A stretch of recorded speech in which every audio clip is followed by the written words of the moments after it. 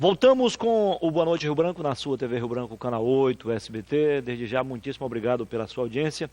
Você que nos prestigia aqui na capital e também no interior, você de Bujariri, Quinariri, Porto Alegre, Capixaba, Plácido, Icastro, Sena Madureira, onde o nosso sinal chega diretamente pelo Canal 8, SBT. Nos demais municípios acrianos, você nos prestigia também pela NET HD TV, Canal 15, ou pela Rede Mundial de Computadores, a internet, através do portal riobranco.net, que é o portal oficial da sua TV Rio Branco. Ano que vem a TV Rio Branco completa 30 anos, o jornal Rio Branco 45 anos e o portal riobranco.net 15 anos. As três empresas do grupo de comunicação O Rio Branco. O assunto agora é política. Eu tenho o prazer de conversar com o vereador Roberto Duarte, líder do PMDB na Câmara de Rio Branco. Seja bem-vindo, vereador. Obrigado, muito obrigado mesmo a oportunidade de poder bater um papo com você aqui, claro, e com todos aqueles que estão nos assistindo. Desejo a todos uma boa noite e que nós possamos aqui debater um pouco sobre o nosso município, Rio Branco. Com certeza. Nós vamos conversar com o Dr. Roberto em dois blocos, no primeiro e no segundo, porque sempre que ele vem aqui traz muitos assuntos e rende realmente uma boa entrevista. Vereador, o senhor já apresentou mais de 7.500 proposições, incluindo aí projetos de lei, anteprojeto, requerimentos e indicações. Certamente, se o senhor mantivesse mesmo o ritmo até o final do mandato, o senhor vai chegar à casa de 10 mil ou até ultrapassar? Olha, nós devemos, Muniz, ultrapassar essa marca ainda esse ano. De onde vem tanta inspiração, vereador? É trabalho. Nosso pessoal, minha assessoria e eu, a gente trabalha direto. O nosso gabinete abre às 8 horas da manhã e funciona até às 17 horas. E nós temos duas equipes de rua que estão andando pela cidade, vendo quais são os problemas que nós temos no nosso município e fazendo as indicações de melhorias para as ruas, os bairros da nossa cidade. Nós, o ano passado, apresentamos 5.785 indicações e agora, esse ano, já passamos de 1.900 indicações, ou totalizando mais de 7.500 proposições, falando também de anteprojeto de lei, de projeto de lei, projeto de resolução, e a gente tem um mandato muito proativo em prol da população. Eu acompanho as atividades da Câmara desde 88, naquela chamada o mandato, né? O mandato talvez um dos mais importantes, porque foi a legislatura da lei orgânica, né? Sim, sim. E passei 16 anos como assessor de imprensa da Câmara. Não lembro de ter visto algo parecido com isso aí. Na legislatura anterior, eu colaborei com um dos vereadores, Fernando Martins, e ele apresentou muitas indicações também, mas outras propostas, mas não chegaram a esse número, não. É verdade, o senhor tem razão. O Fernando Martins foi um vereador bastante atuante, onde apresentou também muitas indicações, mas nós já superamos os números apresentados por ele, e isso demonstra, Muniz, as problemáticas que tem o nosso município. Não é o vereador Roberto Duarte que está construindo essas indicações. Isso são os problemas que nós estamos enfrentando no nosso município. No dia a dia. No dia a dia. São postos de saúde com problema, são obras inacabadas, são obras atrasadas, são buracos, são bueiros sem tampa, Muniz, que correm o risco das nossas crianças caírem, se machucarem, dos nossos idosos poderem sofrer um acidente dentro desses bueiros, poda, falta de iluminação pública. Então são várias, limpeza das ruas, são vários problemas que a gente enfrenta no dia a dia e que a gente faz as indicações ao Executivo para que ele possa cumprir com a sua obrigação constitucional. E sim, prestar o serviço à nossa população. O que é prestar o serviço à nossa população? É devolver ao contribuinte os impostos que eles pagam. É tão somente isso. E cabe a nós, vereadores, fiscalizar e legislar em prol do nosso município e dos nossos munícipes. Há mais ou menos uns 3 anos, um fato me chamou a atenção e me deixou muito triste, porque ali na região do bairro Ayrton Senna, por falta de uma ponte, os próprios moradores improvisaram uma pinguela, que eles chamam, né? Perfeito, eu sei. E uma criança acabou morrendo. Isso mesmo. Desapareceu. E ali mostra a ausência do poder público em determinadas regiões da cidade, lamentavelmente. Infelizmente. Né? Você quer ver uma coisa? Nós estamos agora... Eu acompanho o Diário Oficial do Estado há mais de 17 anos. Por quê? Porque é um operador do direito? Na qualidade de advogado, eu tenho que acompanhar as publicações. Aliás, o senhor, sem querer atrapalhar, mas já atrapalhando, o senhor está conseguindo conciliar as duas coisas? Estamos conseguindo conciliar a advocacia com a vereança, né? Mas aí, como eu sou um assíduo leitor do Diário Oficial, eu acompanho as publicações do município, porque envolve o nosso município e são de responsabilidade do vereador. Claro. E aí eu tenho acompanhado que muitas das obras hoje executadas pelo município, elas têm inúmeros aditivos. E aí eu vou citar um exemplo aqui que eu verifiquei essa semana e estou apresentando uma denúncia, provavelmente na próxima semana, que é com relação ao Centro de Recuperação Independente Químico Feminino. Está sendo construído na estrada de Porto Acre. Da FADEC? Não, está sendo construído na cidade de Porto Acre, do município. Tá do município. É do próprio município. Essa obra começou no dia 19 de maio de 2015. Ela estava parada... Vai fazer 3 anos. Isso, mais de 3 anos. Ela tinha previsão de 200 dias para conclusão. Ela está parada, estava parada há 2 anos. Recomeçou as obras agora. Aí houve um aditivo a semana retrasada, ou mês passado agora, de R$118 mil dessa obra. Esse aditivo, sabe para que serviu, Muniz? Para reformar a obra que já tinha sido feita. Não é para conclusão, é para reformar para poder inaugurar. Veja um absurdo, uma obra que já passa de R$1.200.000, com 12 termos aditivos. Não foi inaugurada e vai ser reformada? Já está sendo reformada. Já está sendo reformada. A semana que vem eu apresento as imagens na Câmara Municipal de Rio Branco mostrando isso. Então, esse é só um exemplo. Nós temos um outro exemplo, para não nos estendermos muito nesse assunto. Foi inaugurada uma obra semana passada, em frente à Oca, na Avenida Brasil, que em 2 dias essa obra já deu problema, causando buraco, numa obra que foram gastos mais de R$1.400.000 e mais de 5 termos aditivos. E aí, em 2 dias, nós já tínhamos ali buracos naquela obra. Entendeu? Então, a gente tem que mudar isso. A qualidade do serviço público tem que ser mudada urgentemente. E é isso que a gente luta com veemência lá na Câmara Municipal de Rio Branco, pela melhoria da prestação da qualidade do serviço público de Rio Branco. Vamos falar de projetos? Vamos lá. Dessas propostas que o senhor apresentou, tem alguns projetos.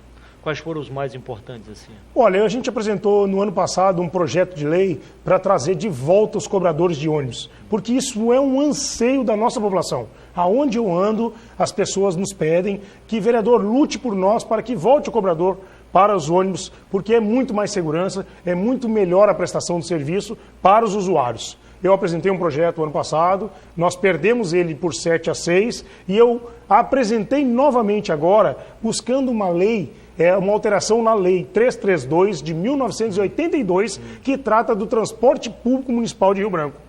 E a gente inclui o artigo 43 nessa lei, tornando obrigatória a presença do cobrador. Nós tivemos um parecer jurídico, e diga-se de passagem aqui, Muniz, nós temos um corpo técnico jurídico na Câmara Municipal de Rio Branco de causar inveja a qualquer outra Câmara ou qualquer outra Assembleia Legislativa do país. Nós temos um corpo jurídico competentíssimo.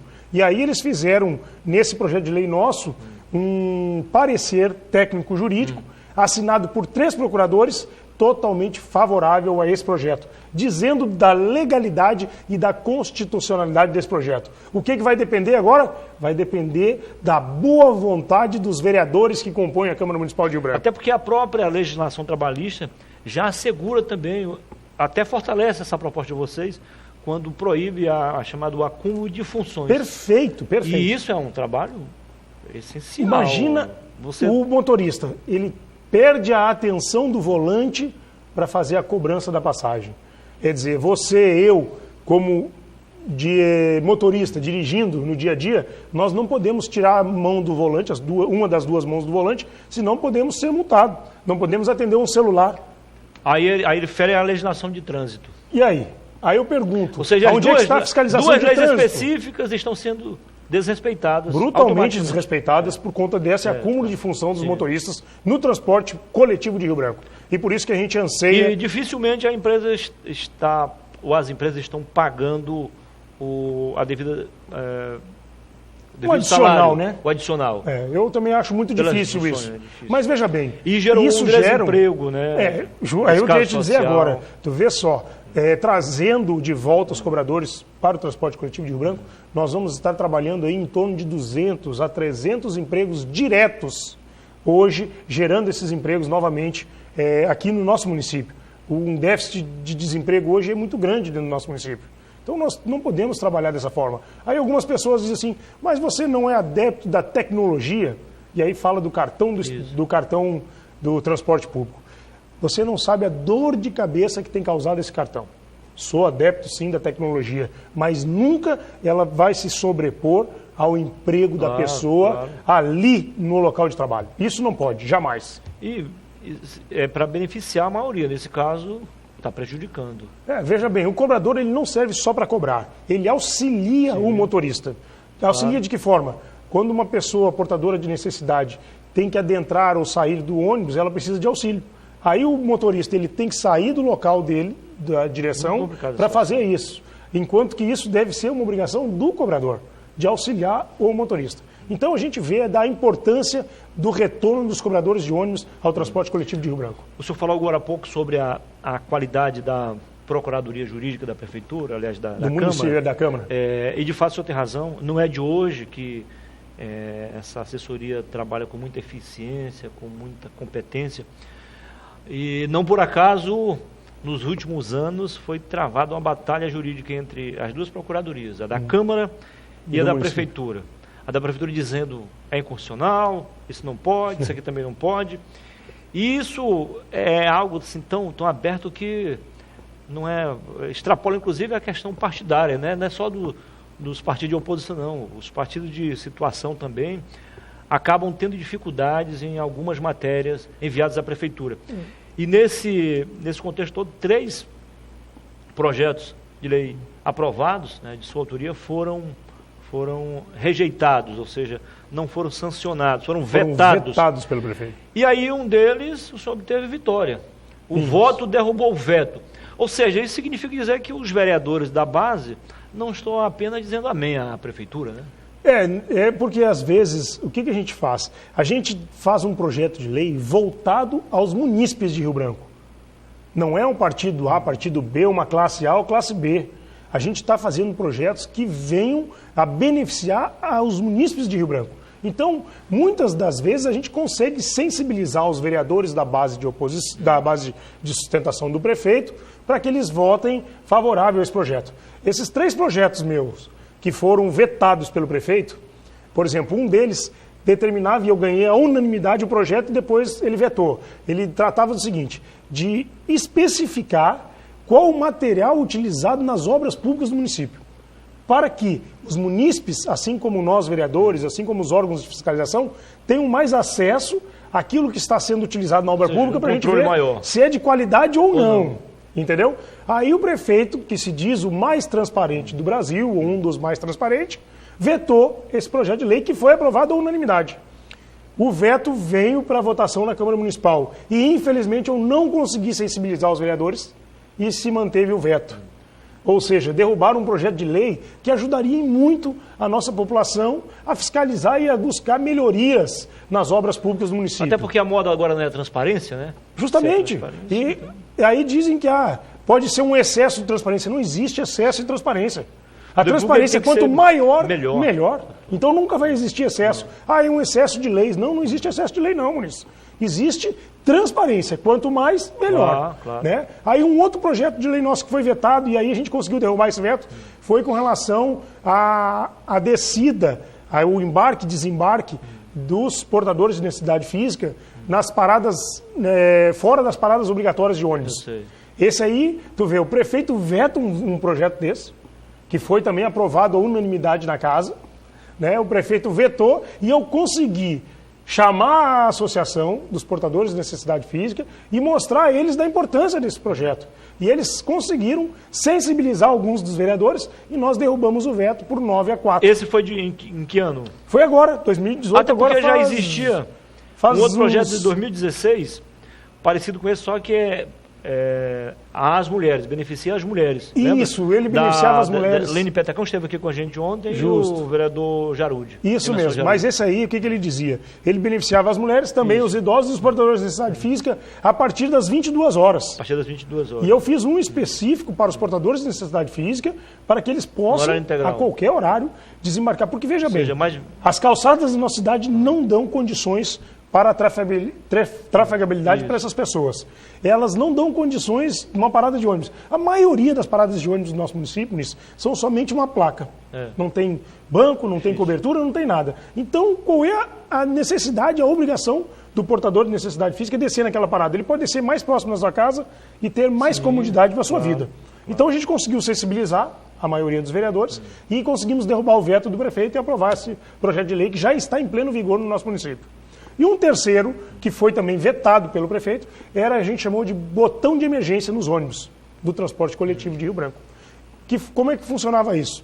Nós tínhamos a expectativa de que, se o ônibus estivesse em iminente perigo de assalto, de ser tocado fogo, qualquer risco à integridade dos usuários e do próprio motorista e do cobrador, ele tocaria num botão de emergência que estaria escondido no ônibus e acionaria, através de GPS, o RB Trans... O motorista.